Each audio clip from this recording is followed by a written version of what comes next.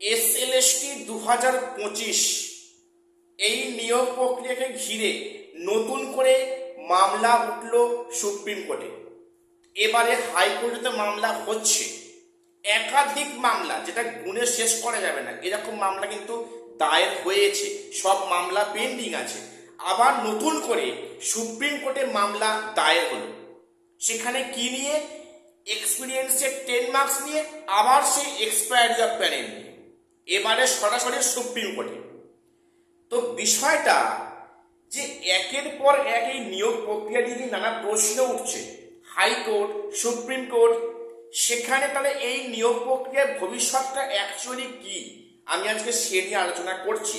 এবং কি নিয়ে মামলা হয়েছে, এই মামলার পরবর্তী ফলাফল কি সম্ভাব্য আসতে পারে, আমি সে নিয়েও আজকে ডিসকাস করব।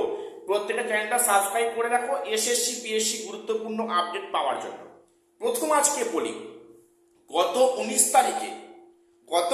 তারিখে এক্সপিরিয়েন্সের 10 মার্কস নিয়ে সুপ্রিম কোর্টে নতুন মামলা দায়ের হয়েছে এবং সেখানে প্রসঙ্গত উল্লেখ্য একটি মামলা মানে ট্যাগ হয়েছে। সেটা কি? যে 70-70 পাওয়া, 60-60 পাওয়া যারা ক্যান্ডিডেট, তারা ডাক পায়নি, তাদের দোষটা কোথায় ছিল? এই মামলাটা কিন্তু নতুন করে ট্যাগ করা হয়েছে এক্সপিরিয়েন্সের 10 মার্কস সঙ্গে। এটা হয়েছে, খুব ভালো হয়েছে। তো দেখো, তোমরা জানো যে এক্সপিরিয়েন্সের 10 মার্কস নিয়ে তো হাইকোর্টে তো শুনানি হচ্ছে। অমৃতা সিনহা ম্যামের বেঞ্চে পার্ট হার্ট শোনা হয়েছিল। হঠাৎ করে সেখানে একটা মানে পক্ষের আইনজীবী দীর্ঘদিন উপস্থিত নেই, সেই ডেটগুলো একটা পর একটা পিছাতে আরম্ভ করলো। তারপরে হঠাৎ করে সেখানে রোস্টার চেঞ্জ হলো হাইকোর্টে। তাহলে বিষয়টা কি হলো না, সেখানে বিচারপতির বেঞ্চ বদল হলো। ঋতব্রত স্যারের বেঞ্চে এই মামলাটির শুনানির সবেমাত্র একদিন হয়েছে, সম্ভবত এর পরের যেটা আছে 10 এপ্রিল। ইতিমধ্যেই সেটা নিয়ে আর 70-70 পাওয়া কেসটা প্যাকড আপ হয়ে গিয়ে সুপ্রিম কোর্টে মামলা ঢুকে দিয়েছে। এটা পরিষ্কার কথা। তো সেখানে বিষয়টা ভেবে দেখো, 70-70 পেয়েছে, 60-60 পেয়েছে, একাডেমিকে 10 পেয়েছে, তাহলে হচ্ছে 70-70 তারা ডাক পায়নি। প্রশ্নটা, তারা যে ফর্ম ফিল আপ করলো টাকা দিয়ে, কেন করলো? তারা ফর্ম ফিল আপটা করলো কেন? এই দায়ভারটা কে নেবে? কমিশন নেবে? 70-70 পেয়েছে, তাদের প্রশ্ন যে তারা আমরা কত পেয়ে তাদের ডাকা হতো, 70-এর মধ্যে কি বাদ দিতে টাকা হতো? এটা সম্ভব কখনো? এটা জীবনে কোনো এক্সামে হয়েছে যে 70-70 কাট অফ গেছে, তবু সে মানে ডাক পায়নি ইন্টারভিউতে, তার নাম লিস্ট আপ হয়নি? এটা মানে হাস্যকর বিষয়। এটা কিন্তু যেহেতু সুপ্রিম কোর্টে উঠেছে, বিষয়টা পরিষ্কার একটা কিছু কিন্তু আসবে শীঘ্রই।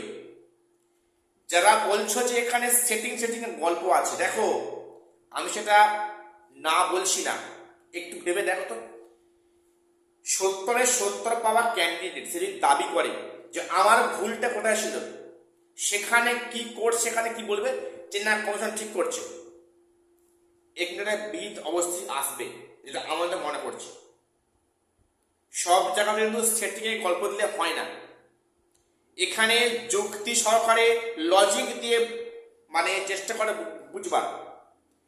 আমি আশা করছি এ নিয়ে সুপ্রিম কোর্টে ভারী অবশ্যই আসবে, সম্ভাবনা খুব বেশি।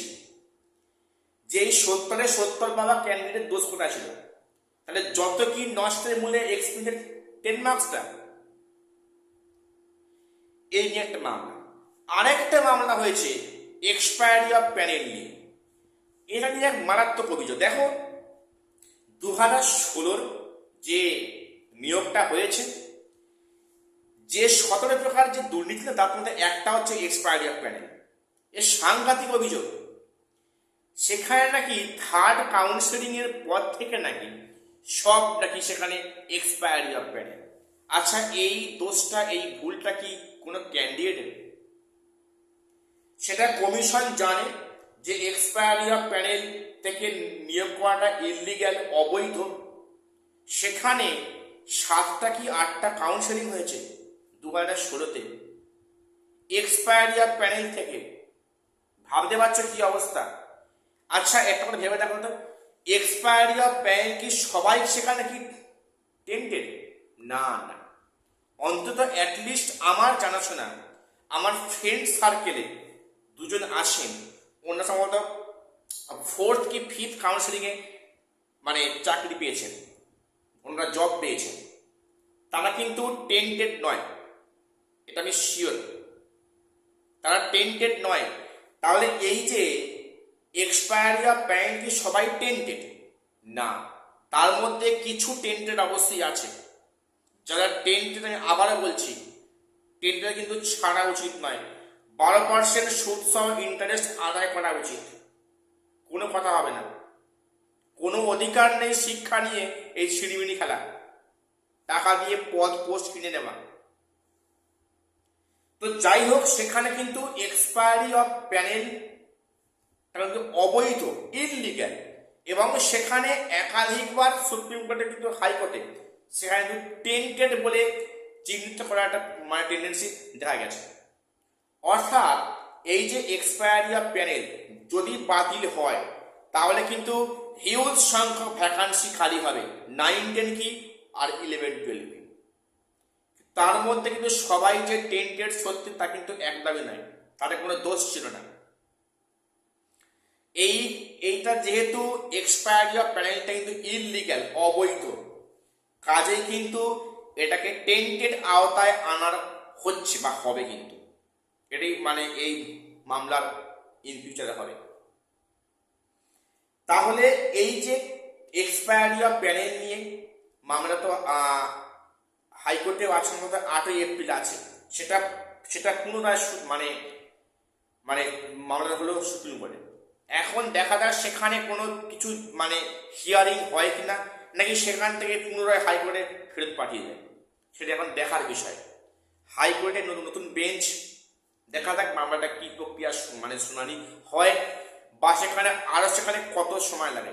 তবে এটা পরিষ্কার কিন্তু এক্সপায়ারি অফ প্যানেল এবং এক্সপিরিয়েন্স 10 মার্কস গোটা নিয়োগ প্রক্রিয়ার ভিতকে নাড়িয়ে দেবে, আমি তোমার কাছে অন ক্যামেরা বলে দিলাম।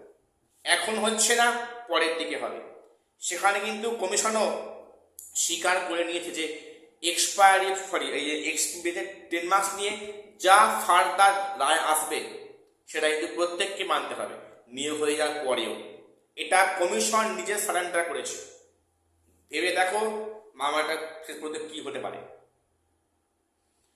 তো যাই হোক, আজকে এটুকুই আপডেট দেওয়ার ছিল। প্রত্যেক চ্যানেলটা সাবস্ক্রাইব করে রাখো এসএসসি পিএসসি গুরুত্বপূর্ণ আপডেট পাওয়ার জন্য। আর শেষ করলাম, দেখা হচ্ছে পরে কোনো ভিডিওতে।